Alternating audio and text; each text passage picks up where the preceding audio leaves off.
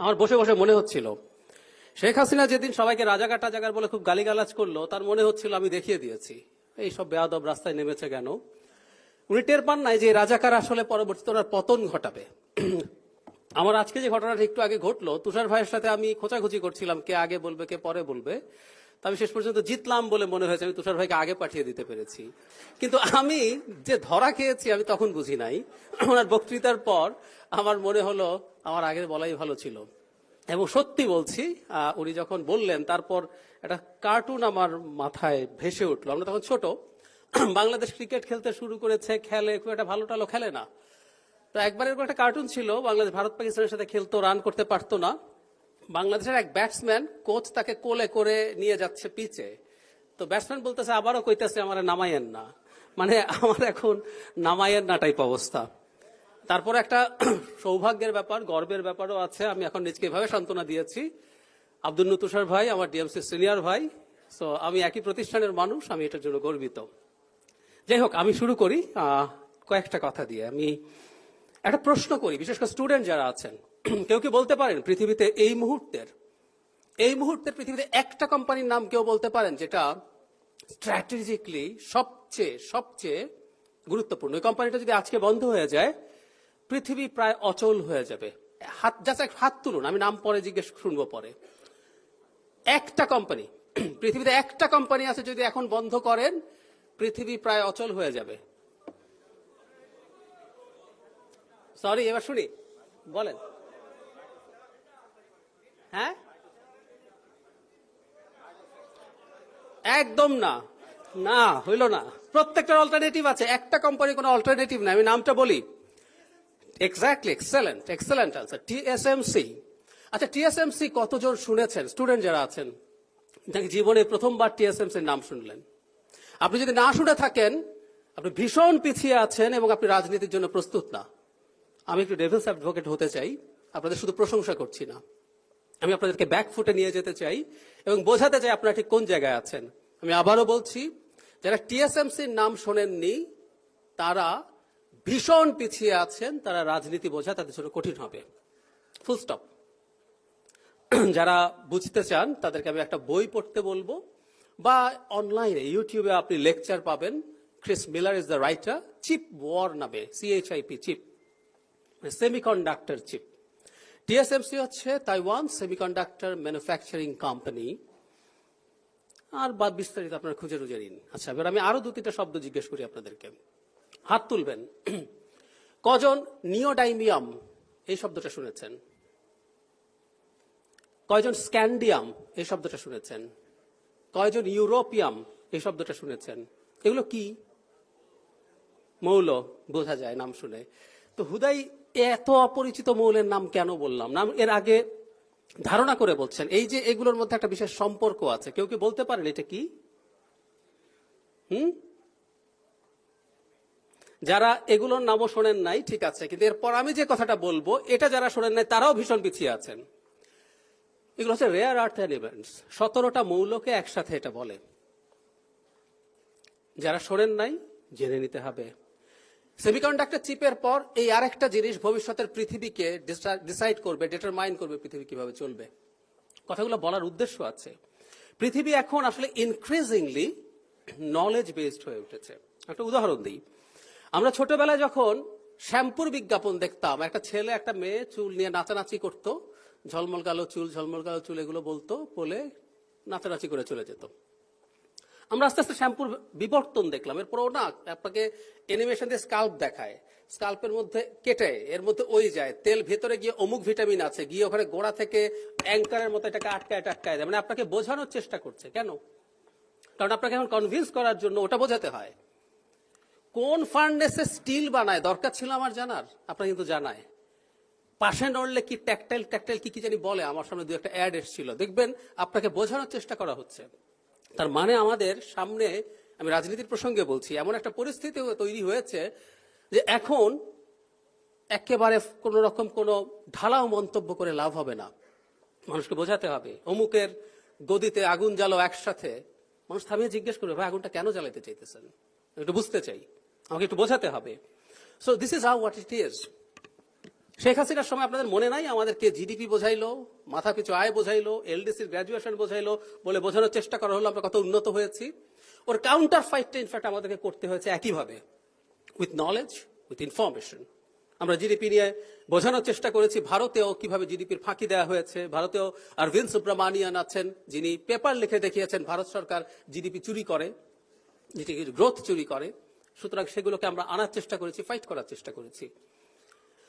আমরা প্রস্তুত কিনা সেটা হলো সবচেয়ে জরুরি কথা, সবচেয়ে জরুরি কথা। এবং আমরা এমন একটা বাংলাদেশ চাই, অনেকে প্রায় বলছেন আমরা কেমন বাংলাদেশ চাই। আমার কাছে অনেকগুলো লম্বা লিস্ট আছে, এর মধ্যে একটা লিস্ট হচ্ছে ভবিষ্যতের বাংলাদেশে সাইদ, ওয়াসিম, মুগ্ধর মতো বীর তৈরি হবে না। আই রিপিট, ভবিষ্যতের বাংলাদেশে এরকম কোন বীর আর যাতে তৈরি না হয়।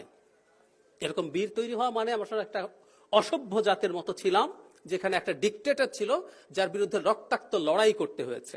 ভবিষ্যতের বাংলাদেশে যেন রক্তাক্ত লড়াই করতে না হয়, আমরা সেই বাংলাদেশ চাই। এবং সেই বাংলাদেশে আসলে লড়াইটা হবে, রাজনীতিটা হবে জ্ঞানের রাজনীতি, এবং আমাদের প্রস্তুত থাকতে হবে। আমরা সেই প্রস্তুতি রাখছি কিনা সেই জায়গাটা মাথায় রাখতে হবে।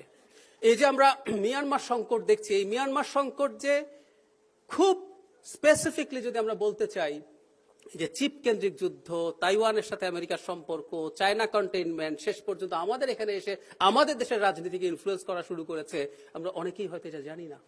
আমরা যদি এটা না জানি, ওই রাজনীতিতে আমরা কাজ করতে পারবো না ইনফ্যাক্ট।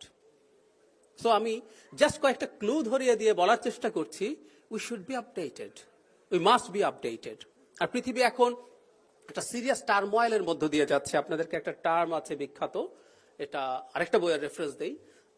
গ্রাহাম অ্যালিসন বলে একজন প্রফেসর আছেন, পলিটিক্যাল সায়েন্টিস্ট, ওনার একটা বই আছে Thucydides's trap, can America and China avoid the Thucydides's trap. ব্যাপারটা এইরকম, স্পার্টা আর গ্রিস, আপনারা ওই সময় গ্রিক সিটি স্টেট ছিল, স্পার্টা তখন উন্নত, গ্রিস তখন উন্নত হয়ে উঠছে। তো একটা উন্নত দেশ আরেকটা দেশ উন্নত হয়ে ওঠা পছন্দ করে না। ও তখন থুসিডিডিজেস একটা ভবিষ্যৎবাণী করেছিল যে এই দুইটা স্টেটের মধ্যে যুদ্ধ হবে, তার নামেই এটা। তো পৃথিবীতে এই পরিস্থিতি এখন চায়না আমেরিকার মধ্যে হয়েছে এবং পৃথিবীর পুরো সিস্টেমটা পাল্টে যাচ্ছে, আপনারা দেখছেন নিশ্চয়ই। আমি আশা করি আপনারা এই ব্যাপারগুলো বুঝবেন, এবং এই যে টার্মোয়েলের টাইমটাতে আমাদের দেশের রাজনীতি কেমন হবে, আমাদের দেশের রাজনীতিতে আমাদের কি করা উচিত হবে, কিভাবে দেখা উচিত হবে, কোন কথা বলা যাবে, কোন কথা বলা যাবে না, কোন কথা কখন বলতে হবে, এই প্রত্যেকটা খুঁটিনাটি প্রত্যেকটা পলিটিশিয়ানকে আসলে জানতে হবে। আমরা এতটুকুই টেকনিক্যালিটিজের দিকে আস্তে আস্তে এগিয়ে যাচ্ছি। অর্থনীতি নিয়ে দু তিনটা কথা একটু বলতে চাই। ভারতের একটা রাজ্য নিয়ে, ভারতের কেরালা, আপনার নাম শুনেছেন নিশ্চয়ই। আপনি যদি ভারতের রাজ্যগুলোকে মাথাপিছু আয় সিরিয়াল দেন, কেরালা সিরিয়াল এক এক বছর একটু এদিক সেদিক হয়, 10, 11, 12 এর মধ্যে ওঠা নামা করে। কিন্তু আপনি কেরালার যদি ইন্ডিকেটরস, মাথাপিছু আয়, শিশু মৃত্যুর হার, মাতৃমৃত্যুর হার, শিক্ষার হার, কেরালাকে যদি একটা দেশ হিসাবে দেখেন, কেরালার এই ইন্ডিকেটর গুলো পৃথিবীর একটা উন্নত দেশের সমান। অথচ সে ভারতেও টপ ইনকামের দেশ, রাজ্য না, 10-11 দিকে থাকে। কেরালা মডেল বলে একটা বিখ্যাত মডেল তৈরি হয়েছে। এই যে আমরা অর্থনৈতিক মুক্তির কথা বলি, অর্থনৈতিক মুক্তি মানে আসলে এটা টু সাম এক্সটেন্ট, আপনার কাছে টাকা থাকলো কিন্তু আপনি সেই টাকা দিয়ে আপনি যা যা কিনতে চান, যা যা পাওয়ার কথা, সেটা ঠিকঠাক মতো পাচ্ছেন কিনা। কেরালার সরকার তাদের ওই যে আর্নিং আছে তার মধ্য দিয়ে মানুষের জন্য এমন শিক্ষা, স্বাস্থ্য, সামাজিক নিরাপত্তা নিশ্চিত করতে পেরেছে। সুতরাং অর্থনৈতিক মুক্তি মানে এই একটা দেশ কতটুকু জিডিপি গ্রোথ তৈরি করেছে তা না, সেই সম্পদের বন্টন কতটুকু করতে পেরেছে। আমাদের এই প্রশ্নগুলো তো আসলেই আছে। ওই যে বিরাট এক ধনীর সাথে এক বিরাট গরিবের যে ইনকাম, তাকে গড় করে আমরা মাথাপিছু আয় বের করি, এটা হয় না। এটা নিয়ে ইকোনমিক্স ফান আছে, সেটা হচ্ছে আমার মাথা যদি বরফে থাকে আর পা যদি আগুনে থাকে, গড় করলে তো আমি নাতিশীতোষ্ণ আছি, তাই না? তাই কি? তাই না। কিন্তু আমরা এটা করছি, আমরা এভাবে হিসাব করার চেষ্টা করছি। সো আপনারা যারা ভবিষ্যতের রাজনীতি করবেন, আমি প্রায় বলি কথাটা, আমি সরি এভাবে বলার জন্য, আমি নিশ্চিত নই, আমি নিশ্চিত হতে চাই না বিএনপি ক্ষমতায় আসলেই সবকিছু সুন্দর মতো করবে। আমি এটা নিশ্চিত হতে চাই না। আপনাদের খারাপ লাগতে পারে, আপনাদের প্রশংসা করলাম না, তারপরও আমি কথাটা বলছি। আপনার দল যখন ক্ষমতায় আসবে, তখনও প্রয়োজন হতে পারে যে তাকে স্মরণ করিয়ে দেয়া ক্রমাগত যে আমার এই ডিমান্ডটা আছে, এটা আমি চাই। আপনারা ভেতর থেকে করবেন, অনেকে বাইরে থেকে করবে। আমি আশা করি, আমি বিশ্বাস করি বিএনপির নেতৃত্ব যেভাবে কাজ করছেন, আমাদের সামনে যথেষ্ট পরিমাণ প্রমাণ আছে, উদাহরণ আছে যে তারা একটু ভিন্নভাবেই এই দেশটাকে গড়ে তুলবেন, কিন্তু আস্থা রাখার দরকার নেই। ডেমোক্রেসি কাজ করে সব সময় চাপের ওপরে, সন্দেহের ওপরে, ক্রমাগত সমালোচনার ওপরে। এই কারণেই না আমরা যে নির্বাচনের কথা বলি, এবং এ কারণেই আমি দীর্ঘদিন থেকে এই কথা বলার চেষ্টা করেছি, আজকেও কথাগুলো বলা হলো। অসাধারণভাবে একটা সংবিধান লিখে ফেললে, অসাধারণভাবে একটা আইন লিখে ফেললে সব ঠিক হয়ে যাবে। আমার একটা প্রিয় উদাহরণ আছে, উদাহরণটা দেই। 2013 সালে শেখ হাসিনা সরকারি একটা আইন করেছিল, হেফাজতে নির্যাতন এবং মৃত্যু নিবারণ আইন 2013। ওখানে আইনের শুরুতে সংজ্ঞা থাকে, যে কেউ খুঁজে দেখবেন। ওখানে নির্যাতনের সংজ্ঞা, মানে নির্যাতন যে করা যাবে না বলছে, নির্যাতন বলতে কি বোঝায়? সংজ্ঞা হচ্ছে, নির্যাতন হচ্ছে শারীরিক বা মানসিকভাবে কষ্ট দেয় এমন কিছু। খেয়াল করেন, আপনাকে মানসিকভাবে কষ্ট দেয় এমন কিছু পুলিশ করতে পারবে না। 2013 সাল থেকে এই আইন বাংলাদেশে আছে। অথচ পুলিশ নিয়ে আমাদেরকে পিটায় লম্বা করে দেবে, আমাদেরকে মেরে না ফেললে হয়। আমরা মেনে নিয়েছি না এগুলো? মেনে নিয়েছি তো। চটথাপ্পড় তো দিতেই পারে রাস্তার মধ্যে, পারে তো। রাস্তার মধ্যে আমরা প্রচুর ভিডিও দেখেছি, হাতে চলে আসার পর ইচ্ছা মতো পেটাচ্ছে। তো ওই আইন তো ছিল বাংলাদেশে, কাজ হয়েছে। বিরাট বিরাট আইন লিখবো, সংবিধান সংশোধন করে ফেলবো, এবং সুরসুর করে বাংলাদেশ গণতান্ত্রিক ধারায় চলতে শুরু করবে। I am sorry, I do disagree with that. আমি এটাকে বাদ দিতে বলছি না, সংস্কার লাগবে না তা বলছি না, কিন্তু সংস্কারকে সিরিয়াসলি ওভার এস্টিমেট করা হচ্ছে। আমি যে কারোর সাথে এই ডিবেট করতে প্রস্তুত আছি, with all many empirical evidences, যে সংস্কার করার পরও কি হবে এটা বলা কঠিন। যেমন একটা ছোট উদাহরণ দেই, ভেরি ফানি, এটাও দিচ্ছিলাম রিসেন্টলি। ধরুন সুপ্রিম কোর্ট জনগণের পক্ষে রায় দিল, ধরুন, এরপর সরকার ওই রায় শুনলো না, কি হতে পারে? এই ঠিক এই ঘটনাটা আমেরিকায় হচ্ছে এখন। আমেরিকায় এল সালভাদরের এক নাগরিক ট্রাম্প জোর করে বাড়ি পাঠিয়ে দিয়েছে, ও অবৈধ। তো অ্যাব্রেগো গার্সিয়া তার নাম, খুবই আলোচিত ঘটনা। তো গার্সিয়া যাওয়ার সময় মামলা করে গেছে। তো মামলা করে যখন গেছে, সে মামলায় জিতে গেছে, এরপর সুপ্রিম কোর্টে গেছে। সুপ্রিম কোর্ট বলেছে গার্সিয়াকে এল সালভাদরে পাঠানো অবৈধ, সরকারকে তাকে ফ্যাসিলিটেট করতে হবে আমেরিকায় নিয়ে আসার জন্য। ট্রাম্প তাকে আনছে না, সে বরং এল সালভাদরের প্রেসিডেন্টকে বলছে তুমি ওকে আসতে দিবা না। ডেমোক্র্যাট সেনেটের ওখানে যাচ্ছে তাকে কিভাবে আনা যায় সেই কারণে। তো একদিন একটা টক শোতে, কোনো একটা চ্যানেলে আমেরিকান, একজন লয়ার প্রফেসরকে ডাকা হলো, জিজ্ঞেস করা হলো এই ক্ষেত্রে কি করার আছে বলেন তো, সুপ্রিম কোর্টও তো জনগণের পক্ষে রায় দিল, সরকারের বিরুদ্ধে রায় দিল, কি করার আছে? উনি ফান করে বলছেন, সুপ্রিম কোর্টের একটা সেনাবাহিনী লাগবে বা একটা পুলিশ লাগবে। সুপ্রিম কোর্টের রায় যদি না মানে, তাহলে ওই সুপ্রিম কোর্টের সেনাবাহিনী গিয়ে প্রেসিডেন্টকে এটা মানাবে। ইটস এ ফান, বাট এইটার প্রবলেমটা কি আমরা খেয়াল করছি? তার মানে আমেরিকার মতো দেশে, যেখানে ইনস্টিটিউট হিসেবে সুপ্রিম কোর্ট পারফর্ম করেছে, তারপর মানছেন না। আমেরিকাতে এই আলোচনা এখন হচ্ছে, ট্রাম্প তৃতীয়বার নির্বাচন করতে চায়, সংবিধান মতো ঠিক নাই, কিভাবে তাকে ঠেকাবে সেই আলাপ চলছে। সুপ্রিম কোর্ট রায় দিল, উনি মানলেন না। সো এজন্য প্লিজ আমরা যেন এটাকে ওভার এস্টিমেট না করি। আর রাসনা যে কথাটা বলেছেন, এটা এখন এমন ভাবে করা হচ্ছে, এটা কোনো মোটিভেটেড চিন্তা থেকে করা হচ্ছে কিনা, এই প্রশ্নগুলো সামনে আসছে। একটা নির্বাচনী ব্যবস্থা ক্রমাগত যদি আমরা চালিয়ে যেতে পারি, পার্টিসিপেটরি অ্যাকসেপ্টেড ইলেকশনস, সেটা দেশটাকে পাল্টে দেয়, দিতে বাধ্য থাকে। তুষার ভাই যেমন বলছিলেন যে সংস্কার পার্টি নাম দিয়েই রীতিমতো এজেন্ডা করে একটা নির্বাচন করা যেতে পারে, পারে। যারা সংস্কারের কথা বলছেন, যারা মনে করেন জনগণ সংস্কার চায়, এজেন্ডা করুন। আমি এনসিপির অনেককে টিভি টক সাথে অন রেকর্ড বলেছি, আওয়ামী লীগ নিষিদ্ধ, বিএনপি সংস্কার চায় না, বিএনপির কিছু কিছু লোকজনের বিরুদ্ধে তো আমরা তৃণমূলে নানান অপরাধের সাথে জড়িত হওয়ার প্রমাণ দেখছি, প্রমাণ আছে, বিএনপি তাদেরকে বহিষ্কারও করেছে। তো বিএনপির তো ভীষণ বদনাম হয়ে গেছে। সুতরাং যারা সংস্কার চায়, তারা একটা দল করে সংস্কারকে এজেন্ডা করে নির্বাচন করে ফেললে তো জিতে যায়। সংস্কার করতে থাকুন। আসলে এভাবে হবে না, হয় না। লিখে ফেলা যায়, বলে ফেলা যায়, কিন্তু এগুলো হয় না। আমরা মনে হয় পৃথিবীতে যথেষ্ট বেশি উদাহরণের সাক্ষী আছি যেগুলো এটা হতে পারে। শেষ করব কয়েকটা কথা বলে, সেটা হলো অর্থনৈতিক যে মুক্তির কথা বলছি, এটা আসলে রাজনৈতিক মুক্তির সাথে বিল্ট ইন। এটা একটা দেশের ডেমোক্রেটিক সিস্টেম যদি কাজ করে, অর্থনৈতিক মুক্তিও আসে। একটা ছোট উদাহরণ দেই। আমরা বিজেপির খুব সমালোচনা করি, খুবই লজিক্যাল কারণেই করি। বিজেপি হিন্দুত্ববাদী রাজনীতি করে।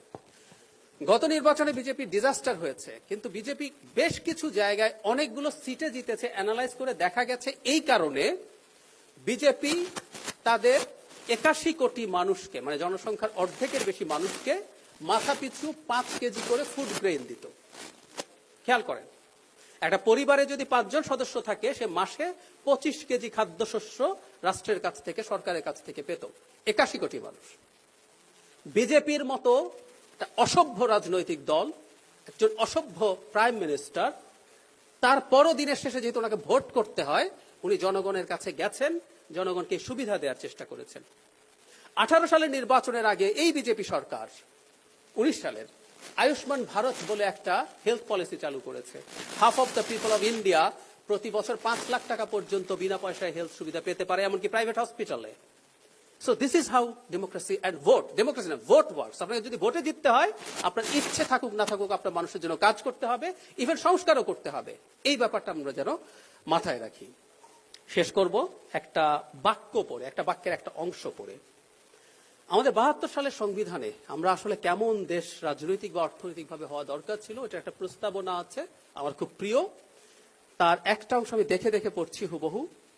আমরা এমন একটা দেশের কথা বলেছিলাম, পরের অংশটা 72 সংবিধানের প্রস্তাবনার 4র্থ অনুচ্ছেদ থেকে, যেখানে সকল নাগরিকের জন্য আইনের শাসন, মৌলিক মানবাধিকার এবং রাজনৈতিক, অর্থনৈতিক ও সামাজিক সাম্য, স্বাধীনতা ও সুবিচার নিশ্চিত হইবে। আমি আবারও পড়ি, যেখানে সকল নাগরিকের জন্য আইনের শাসন, মৌলিক মানবাধিকার এবং রাজনৈতিক, অর্থনৈতিক ও সামাজিক সাম্য, স্বাধীনতা ও সুবিচার নিশ্চিত হইবে। আমরা এরকম একটা বাংলাদেশ গড়তে চেয়েছিলাম। শেখ হাসিনা যাওয়ার পর আমাদের অনেক কিছু করার সুযোগ ছিল, আমরা পেরে উঠি নাই, আমি মনে করি, এবং আমি বিএনপিকেও ব্লেম করি না। আমাদের অনেকের অ্যাডভেঞ্চারিজম এটার জন্য দায়ী। এটা আর খুব বেশি হবে না, কিন্তু আমরা শেখ হাসিনাকে সরিয়ে যে একটা নির্বাচনী ব্যবস্থার মধ্যে যদি যেতে পারি, যে কথা আমরা 72 সালে লিখেছিলাম, আমরা এগিয়ে যেতে পারবো। And the final bottom line, প্রায় বলছি, প্লিজ অন্যভাবে নেবেন না, আপনাদের খুশি করতে পারছি না। আপনাদের প্রায় সবাই বা অনেকেই ভবিষ্যতের রাজনীতি করার জন্য যথেষ্ট প্রস্তুতি আপনাদের নেই, আপনারা আরো প্রস্তুত হন প্লিজ। ধন্যবাদ।